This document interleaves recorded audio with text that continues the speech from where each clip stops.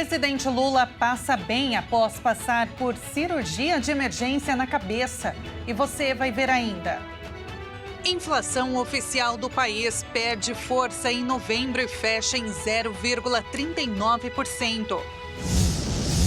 E ainda, voluntários constroem escola em município atingido por 3 enchentes no Rio Grande do Sul.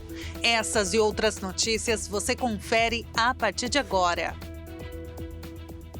Olá, bom dia para você, 11h30. Seja muito bem-vindo ao Redação Hit, edição manhã, nesta terça-feira, dia 10 de dezembro. E olha, a gente começa esta edição falando sobre a cirurgia que o presidente Lula foi submetido. Ele evoluiu bem, está estável e conversa normalmente. A informação foi dada em coletiva de imprensa por médicos que acompanham o presidente no Hospital Sírio-Libanês, em São Paulo. A equipe médica do presidente Lula afirmou que ele chegou lúcido ao hospital. O procedimento que o presidente passou, nesta madrugada, durou cerca de 2 horas. Segundo os médicos, o que Lula teve foi uma complicação comum após quedas, como a sofrida pelo presidente em outubro, no Palácio da Alvorada.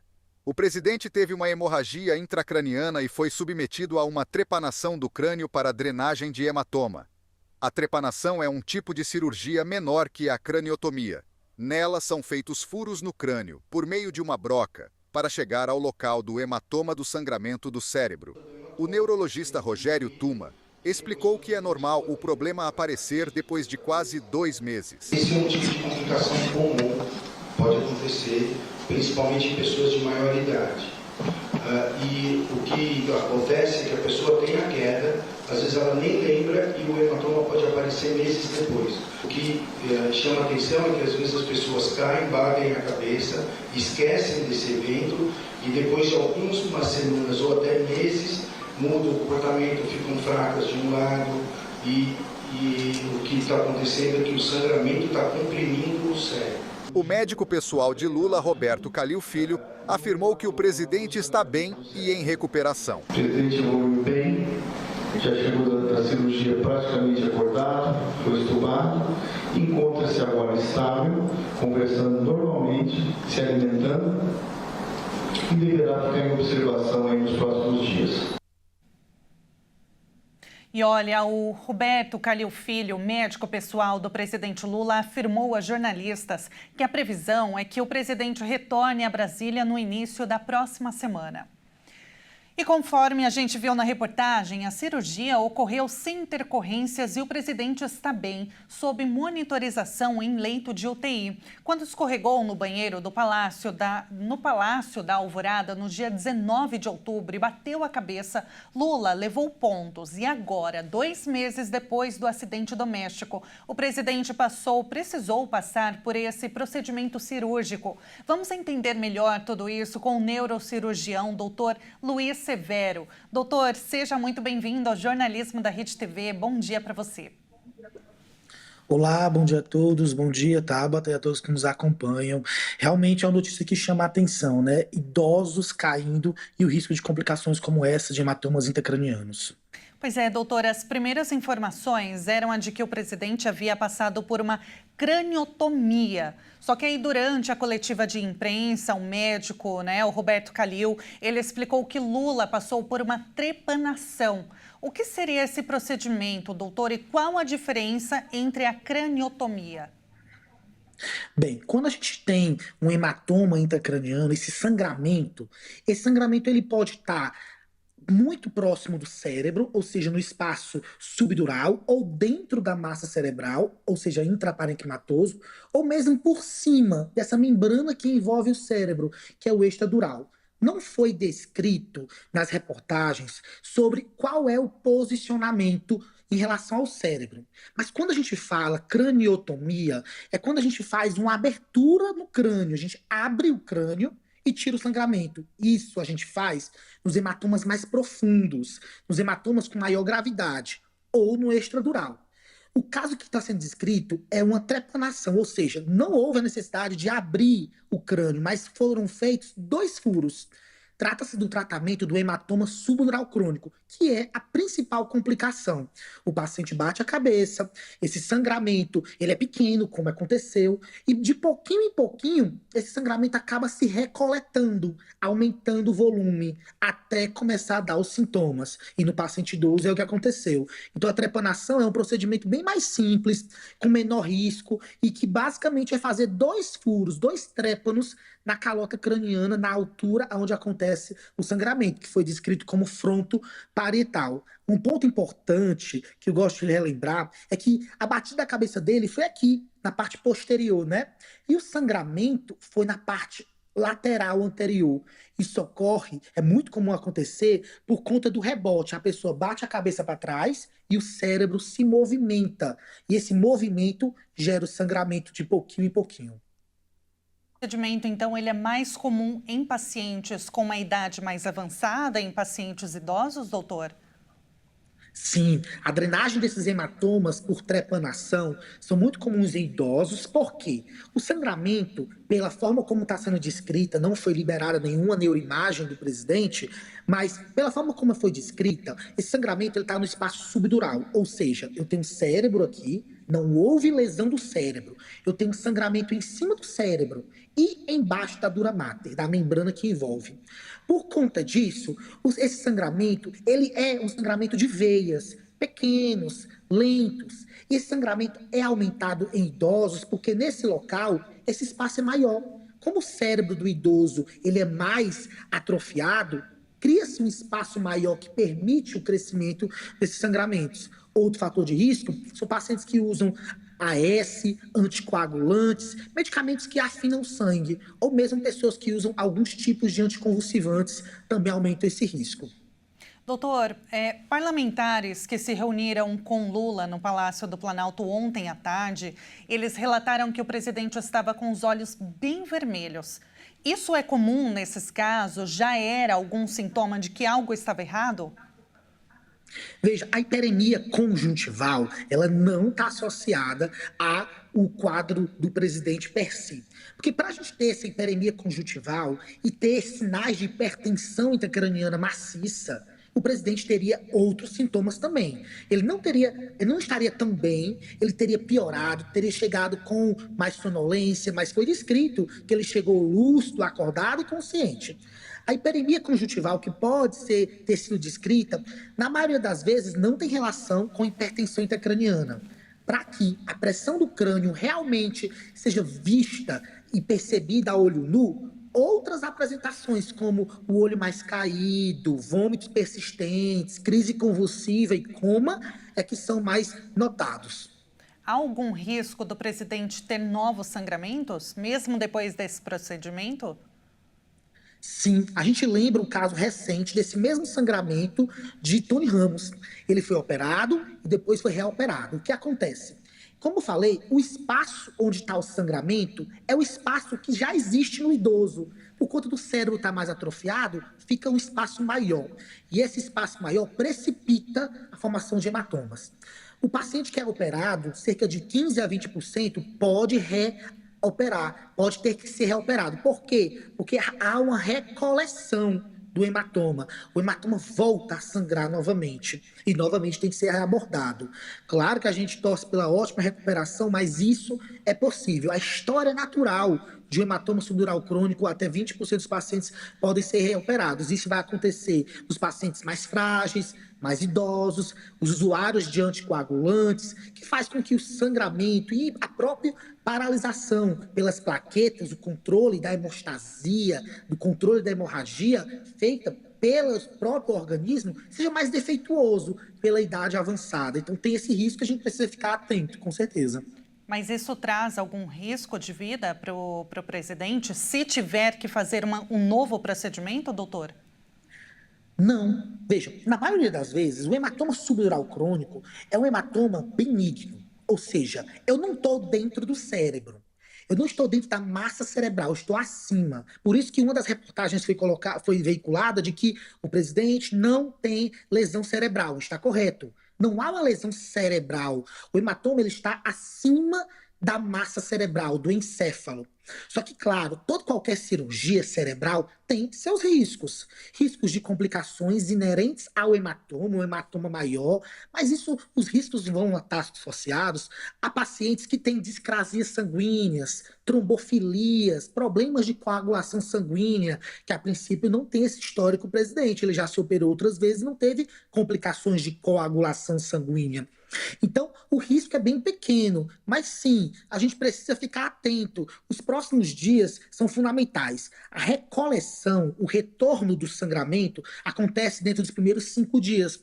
Por isso que, geralmente, o paciente ele fica aí 2, 3 dias na UTI e depois fica observando no quarto. Vai ser recomendado, provavelmente, um afastamento das atividades aí administrativas do presidente para um acompanhamento de perto. Provavelmente vai ser recomendado um período um pouquinho mais longo, de algumas semanas.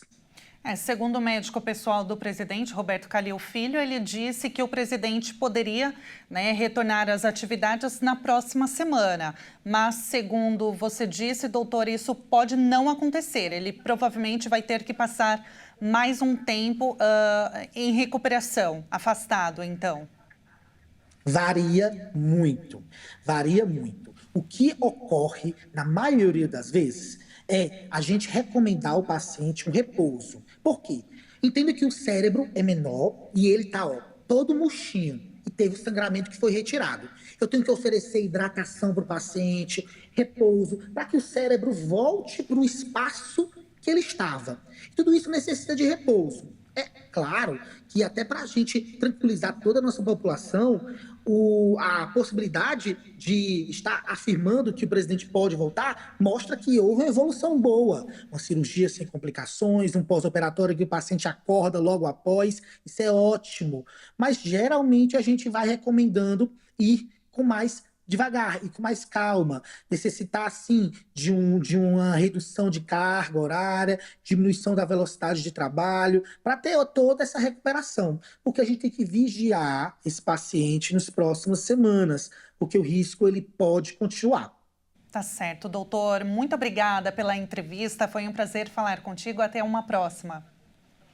Forte abraço. Tchau, tchau. Um abraço, um ótimo dia para você. A gente acaba de conversar com o neurocirurgião Dr. Luiz Severo.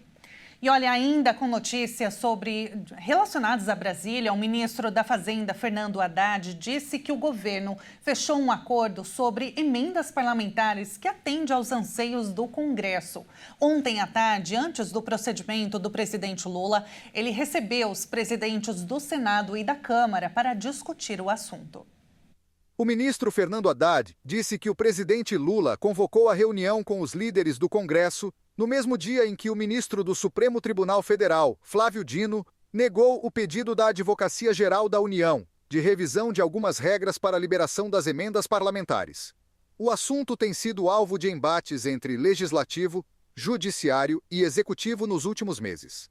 Para Haddad, os acordos na reunião atendem aos anseios dos parlamentares. Segundo o líder do governo no Senado, Randolph Rodrigues, o governo federal vai publicar uma portaria para destravar o pagamento de 6 bilhões e 400 milhões de reais em emendas parlamentares.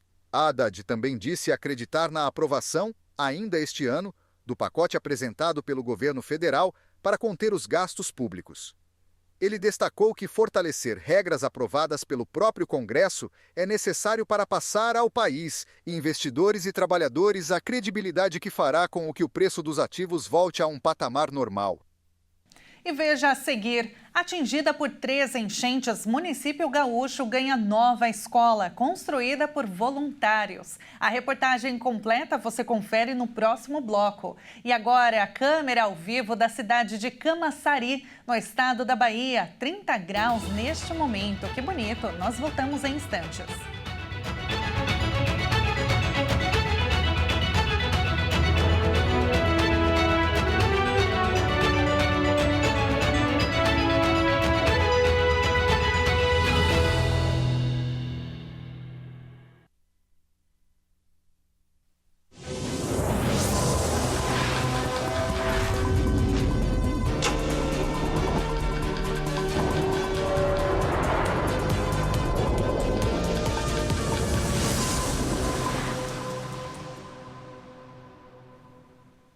Nós estamos de volta a 11 horas e 46 minutos agora.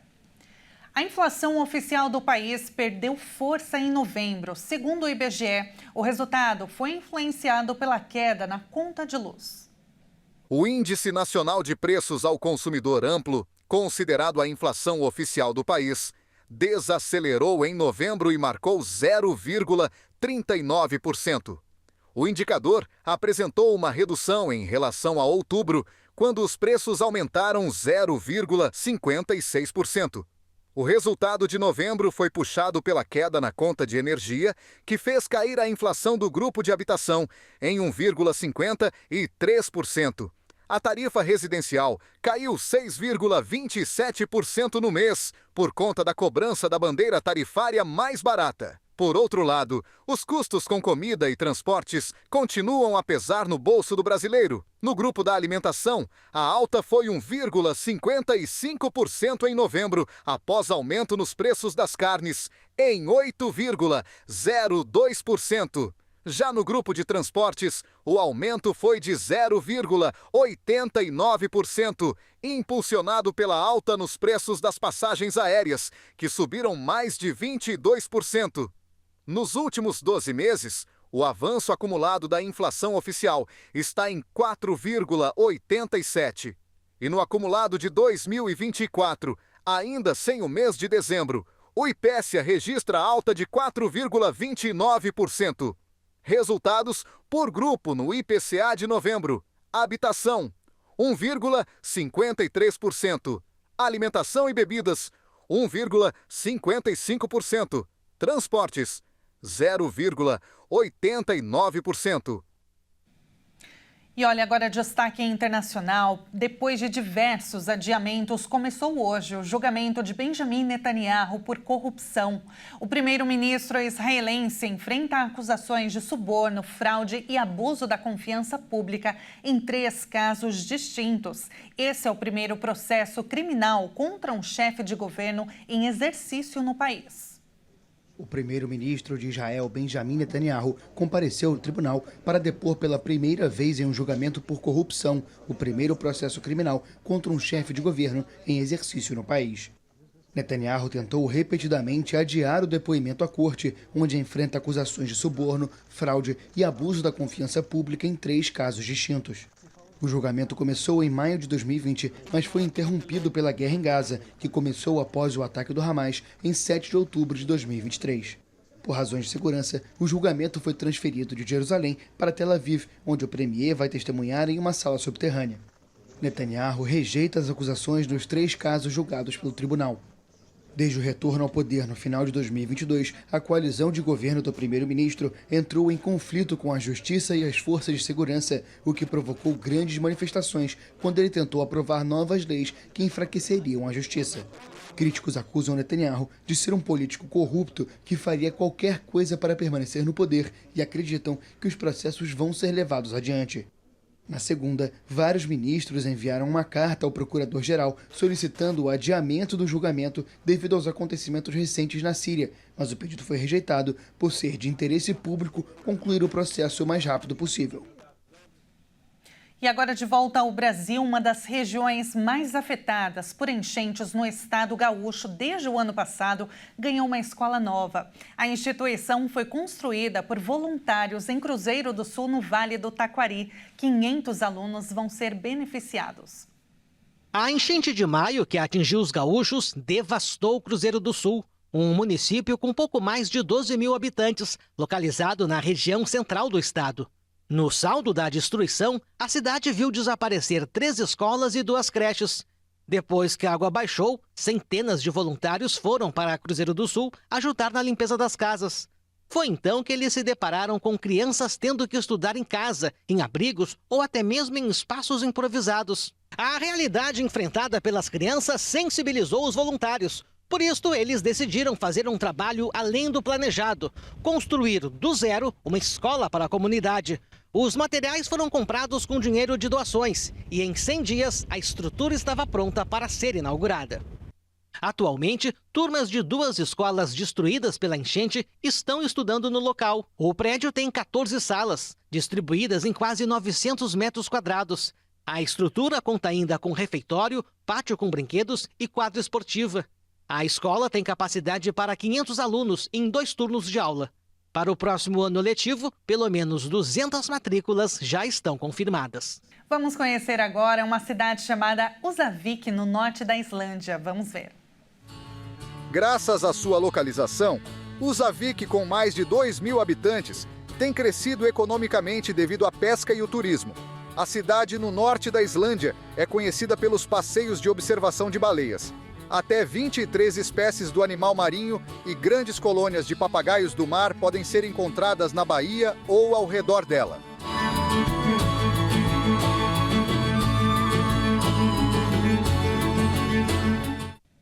Vamos então ver uma câmera ao vivo da cidade. Saindo do Brasil, vamos para a Europa, no norte da Islândia. E você vai ver agora a imagem, a vista do porto e as montanhas ao redor da cidade. O porto é o ponto de partida para passeios de observação de baleias e oferece aos turistas a chance de ver várias espécies, como a jubarte e a mink. Húsavík, ou Húsavík, oferece ainda observação de pássaros, caminhadas e exploração de atrações naturais como cachoeira. A cidade ainda abriga vários museus e locais históricos, incluindo o Museu da Baleia, que é uma das atrações principais da cidade. E com essa vista, encerramos a edição desta terça-feira. Muito obrigada pela sua companhia, um excelente dia para você e até mais.